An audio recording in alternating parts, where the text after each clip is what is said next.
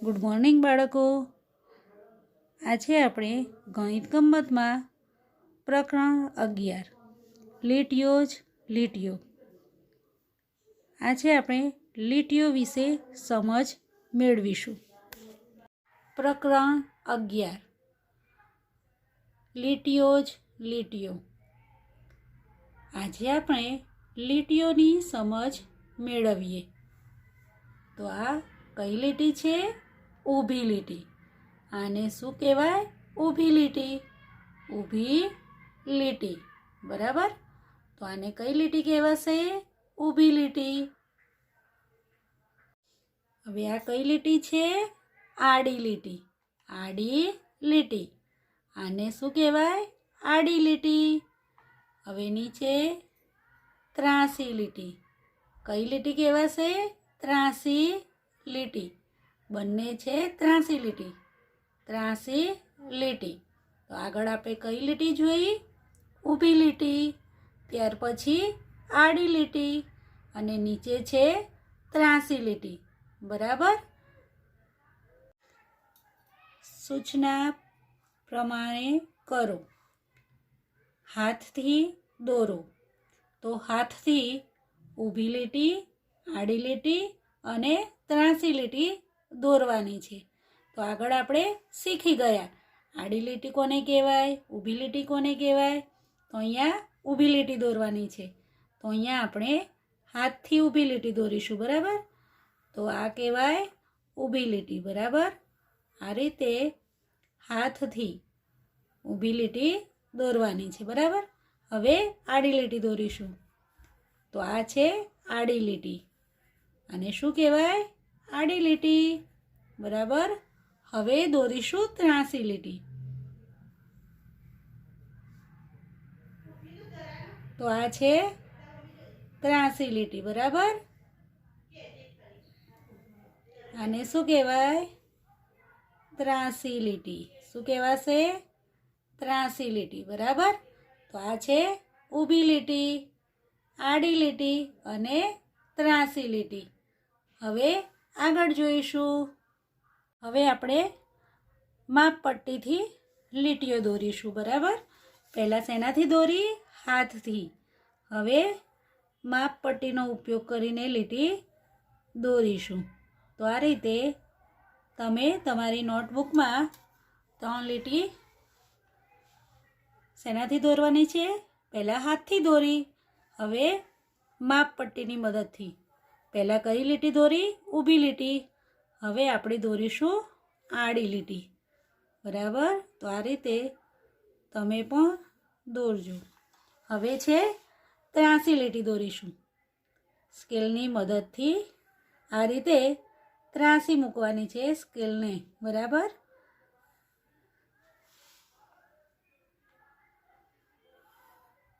આ રીતે ત્રાંસી લીટી દોરવાની છે.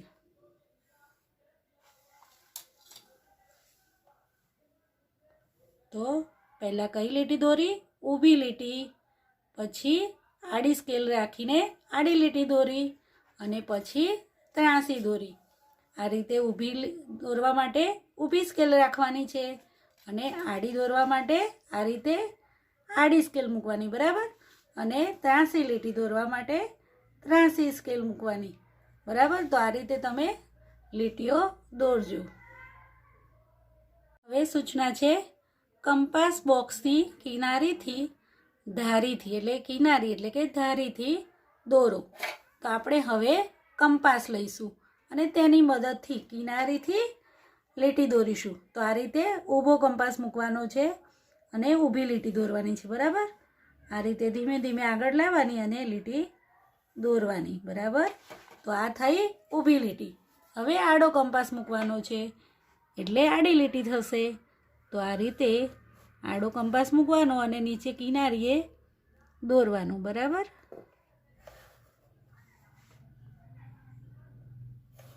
તો આ રીતે આડી લીટી થઈ. તો આ છે આડી લીટી. હવે ત્રાંસી લીટી દોરીશું.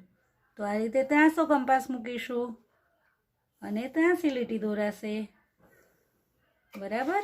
તો આ છે ત્રાંસી લીટી દોરાઈ. આ બાજુ મૂકીશું હવે ત્રાસો કંપાસ, તો ત્રાસી લીટી દોરાશે. થોડો થોડો આગળ લાવવાનો, બરાબર. તો આ થઈ ત્રાસી લીટી. આ ત્રાસી લીટી, આડી લીટી અને ઊભી લીટી, બરાબર.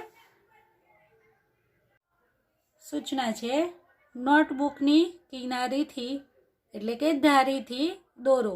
તો હવે નોટબુકની કિનારીથી, આ નોટબુકની કિનારી કહેવાય. તો એની મદદથી આપણે લીટીઓ દોરીશું. તો હવે પહેલાં ઊભી લીટી દોરીશું, બરાબર. તો આ રીતે ઊભી નોટ રાખીને ઊભી લીટી દોરાશે. હવે આડી નોટ રાખીશું અને આડી લીટી દોરીશું. તો આ રીતે લીટી દોરવાની છે. તો આને આડી લીટી કહેવાશે, બરાબર. હવે કઈ લીટી દોરીશું બોલો તો? થોડી ત્રાસી નોટ રાખીશું એટલે કઈ લીટી દોરાશે? ત્રાસી લીટી. તો આ રીતે થોડી થોડી આગી ખસેડીશું ત્રાસી રાખીને જ, એટલે ત્રાસી લીટી દોરાશે. હવે આ બાજુ દોરીશું.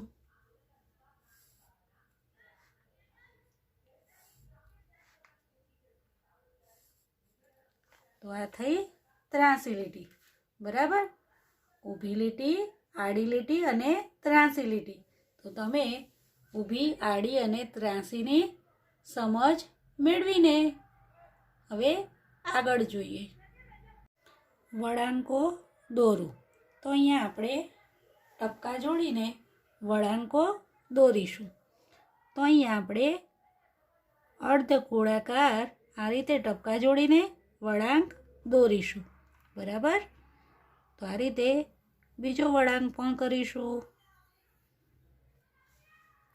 આ રીતે અહીંયાથી ટપકા જોડતા જોડતા જવાનું છે અને અર્ધ ગોળાકાર કરીશું. તો આ શું બન્યું? અર્ધ ગોળાકાર એટલે કે અડધું ગોળ. હવે અહીંયા ખૂણિયા ઉપર ટપકા જોડીશું, બરાબર.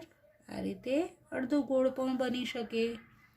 પછી અહીંયા આ રીતે ટપકા જોડીને પણ ગોળ અડધો લંબ ગોળ જેવું બનાવી શકાય, બરાબર.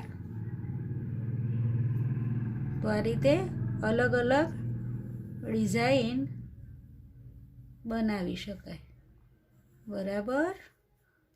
તો આ રીતે તમને ગમે તેવી મનપસંદ ટપકા જોડીને ડિઝાઇન બનાવી શકો છો. સૂચના છે, વળાંકો દોરો. 1 નંબર ગ્લાસ.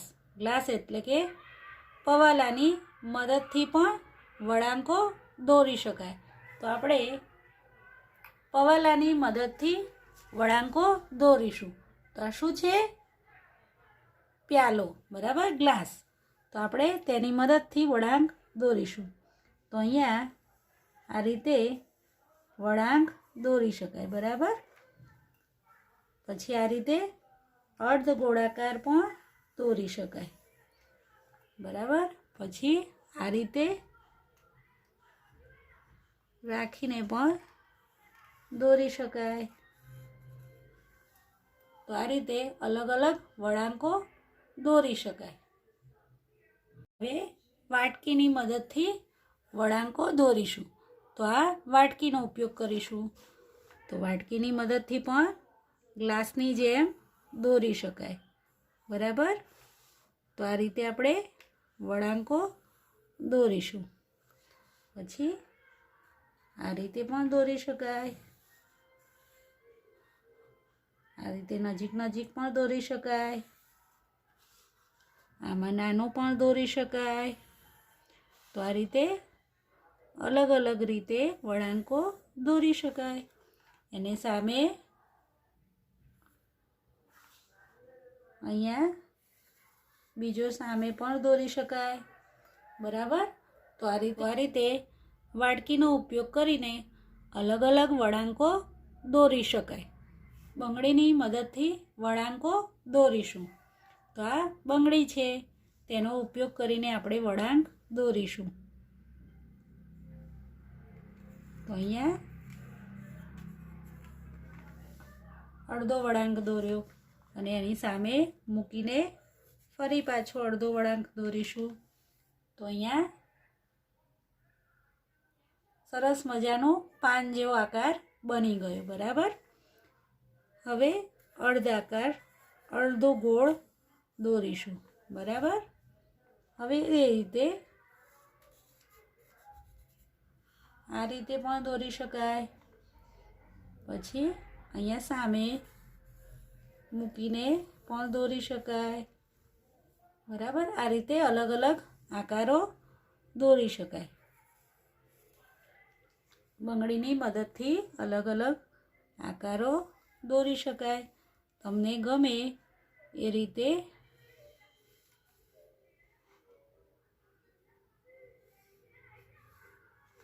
બરાબર. તો આ રીતે તમે પણ અલગ અલગ ડિઝાઇન બંગડીની મદદથી દોરજો. સૂચના છે વળાંકો દોરો. તો અહીંયા તમે વળાંક જોઈ શકો છો.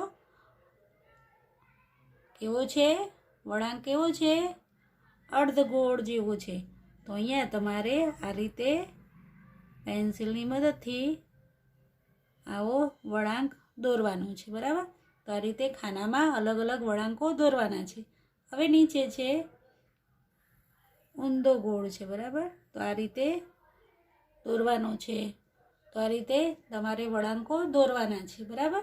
તો આ અહીંયા લીટીઓ આપી છે ત્યાં તમારે પૂર્ણ કરવાના છે. અહીંયા ઊંધો ગોળ આપેલો છે. તો આ રીતે અહીંયા દોરીશું. અહીંયા ખૂટતા છે તે તમારે પૂર્ણ કરવાના છે. બરાબર. હવે અહીંયા આ રીતે ઊંધો વળાંક દોરવાનો છે. ઊંધો રીતે વળાંકો તમારે આગળ પૂર્ણ કરવાના રહેશે. બરાબર.